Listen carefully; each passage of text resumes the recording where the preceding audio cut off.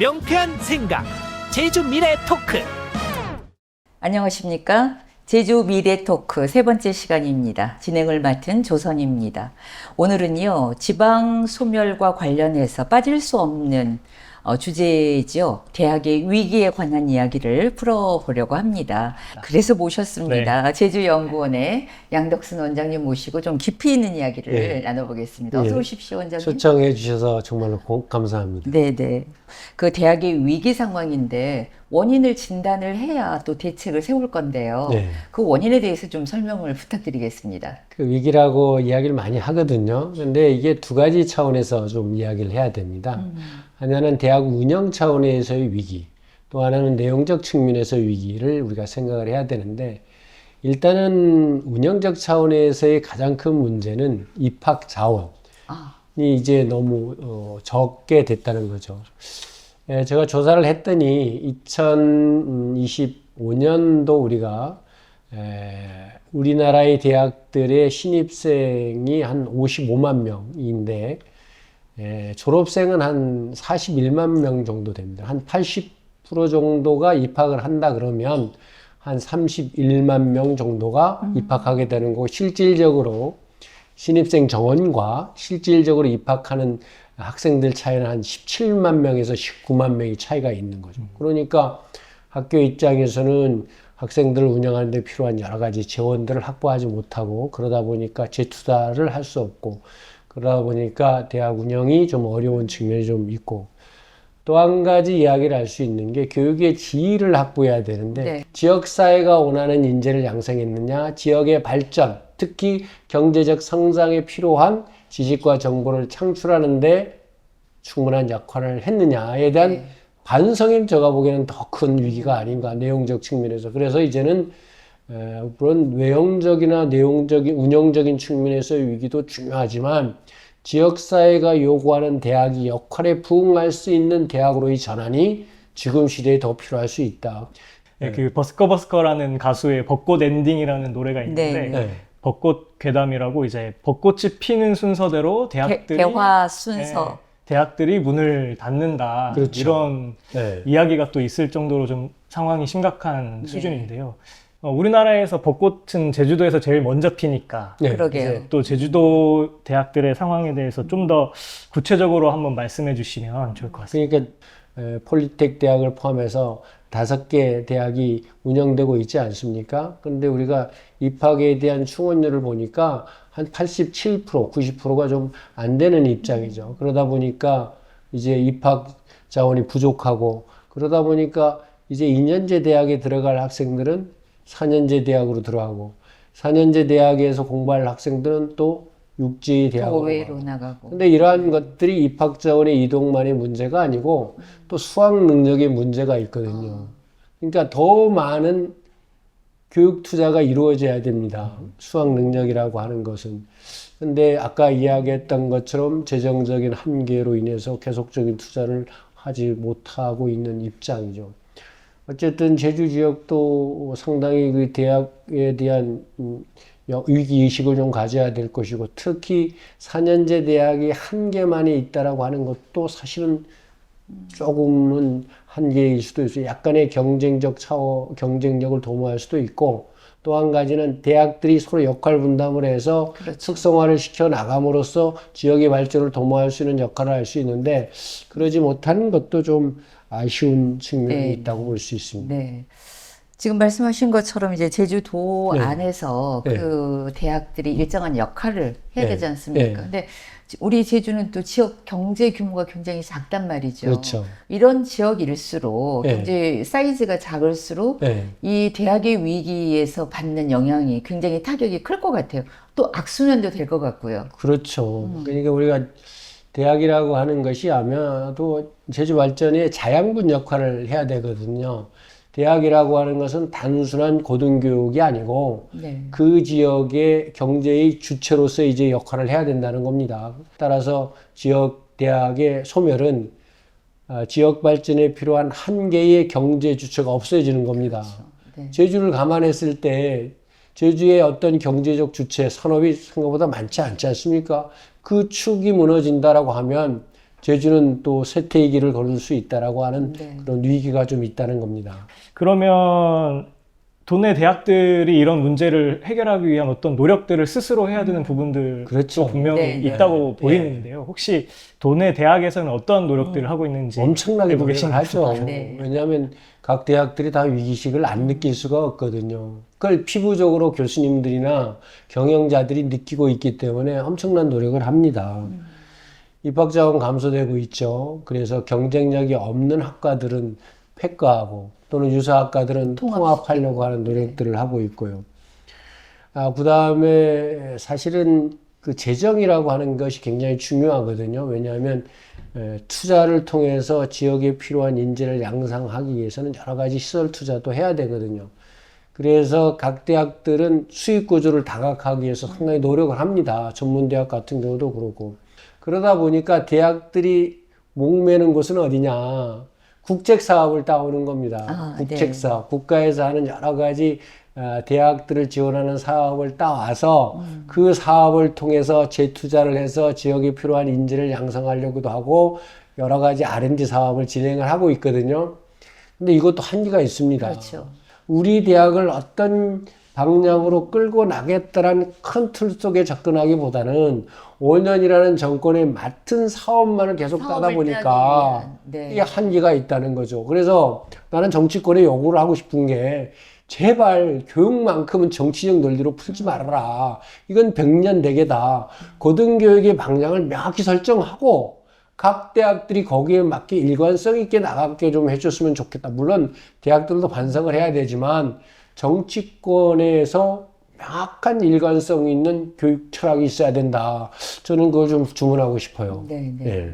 그 국책사업 유치 외에도 네. 해외 유학생 유치도 또 열심히 하고 있지 않나요? 그렇죠. 대학에서. 그러니까 각 대학들이 국제교류본부 형태를 통해서 유치를 하려고 노력은 많이 하고 있죠. 근데 이것도 조금 한계가 있는 것이 코로나 이전에는 정말로 많은 효과들이 좀 있었어요. 한 네. 200명, 300명 정도 각 대학이 평균적으로 그 정도는 매년 유치를 했었고, 근데 그 대학들이라는 것이 주로 중국이라든지 동남아 이런 학생들을 대상으로 하는데 이것도 상당히 어려워지고 있습니다. 왜 어려워지고 있느냐?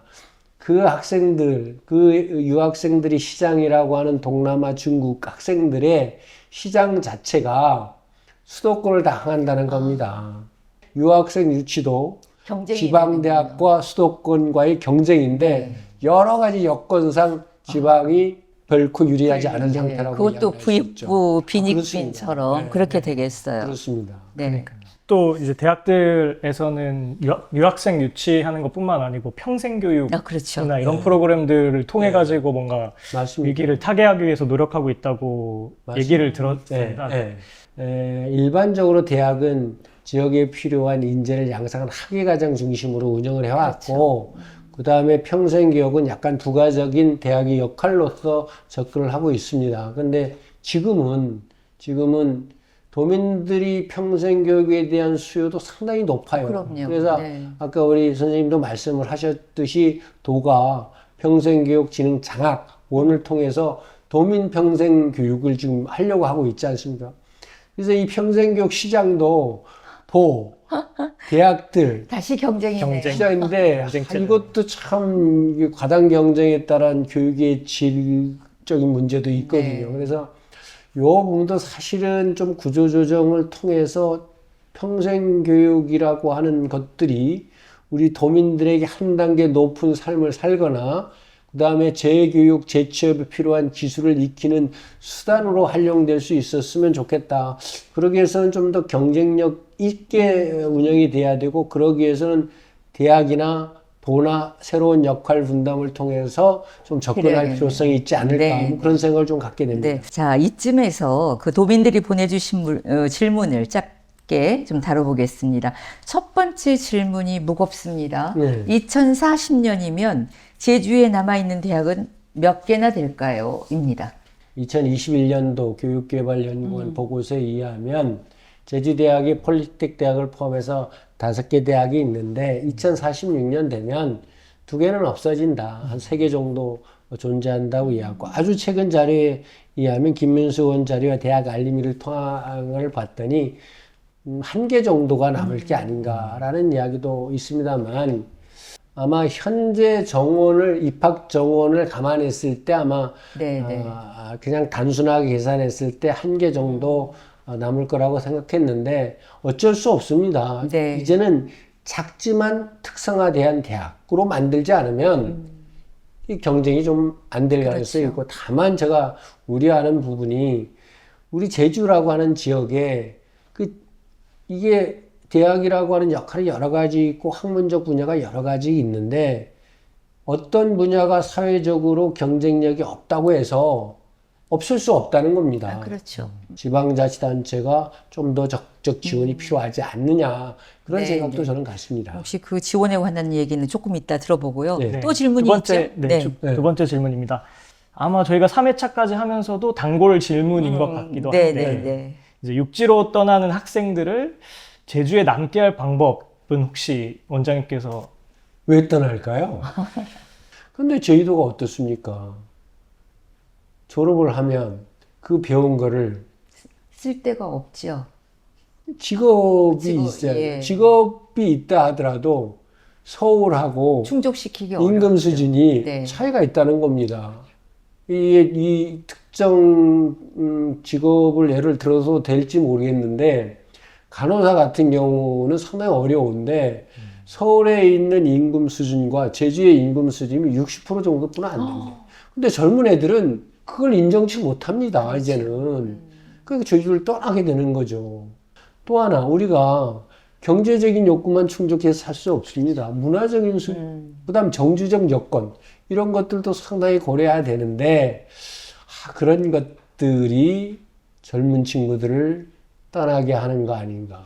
그러면서 제주를 고령화 사회로 만들고 활력을 떨어뜨리는 그런 사회로 만들고 있지 않는가라는 생각도 좀 같습니다. 그동안 누누이 지금 이제 지적될 수밖에 없는 우리 제주 사회의 문제인데요.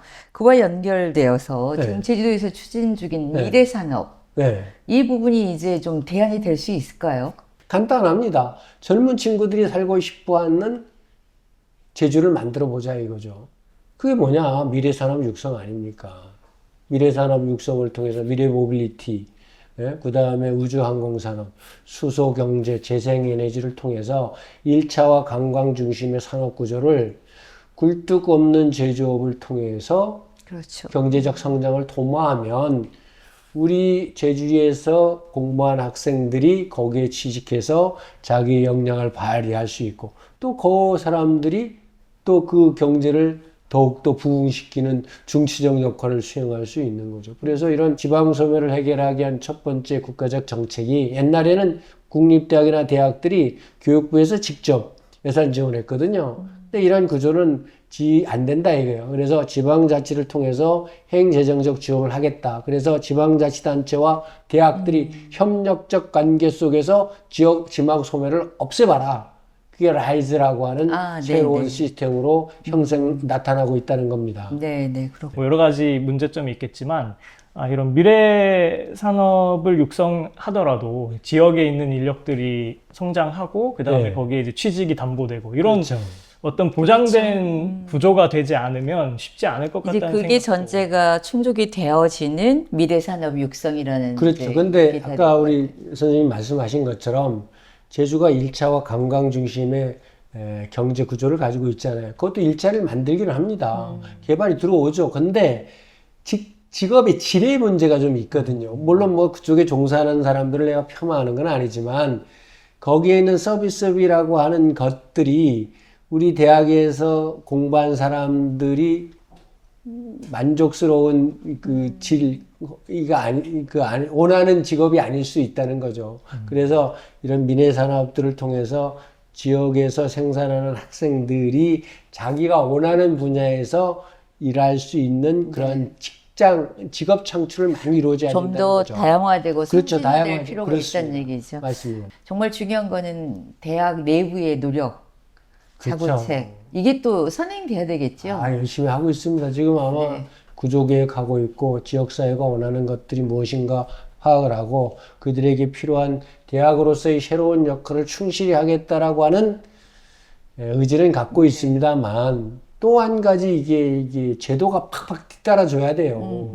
네? 특히 우리 전문 2년제 대학들이 어떤 수익 구조를 창출할 수 있는 것들을 맡고 있는 것들이 좀 있고, 그 다음에 퇴출될 수 있는 대학들은 또 자유롭게 퇴출될 수 있는 퇴로 같은 것들을 또 상당히 만들어줘야 돼요. 그 퇴로가 잘 안 되는 게 출자한 재산들에 대한 처리 문제 때문에 좀 어렵다고 하더라고요. 이것도 뭐 가감하게 정리를 좀 해야 될 것 같고, 홍콩 있잖아요. 네. 싱가포르 있지 않습니까? 제가 보기에는 제주보다 경쟁력 있는 지역이 아니라고 봐요.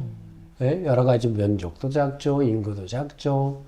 그런데 왜 그 지역들이 세계적인 도시가 됐을까? 물론 여러 요인들이 있지만 공부하는 사람의 입장에서 봤을 때는 대학이 역할을 했다는 겁니다. 네. 대학이.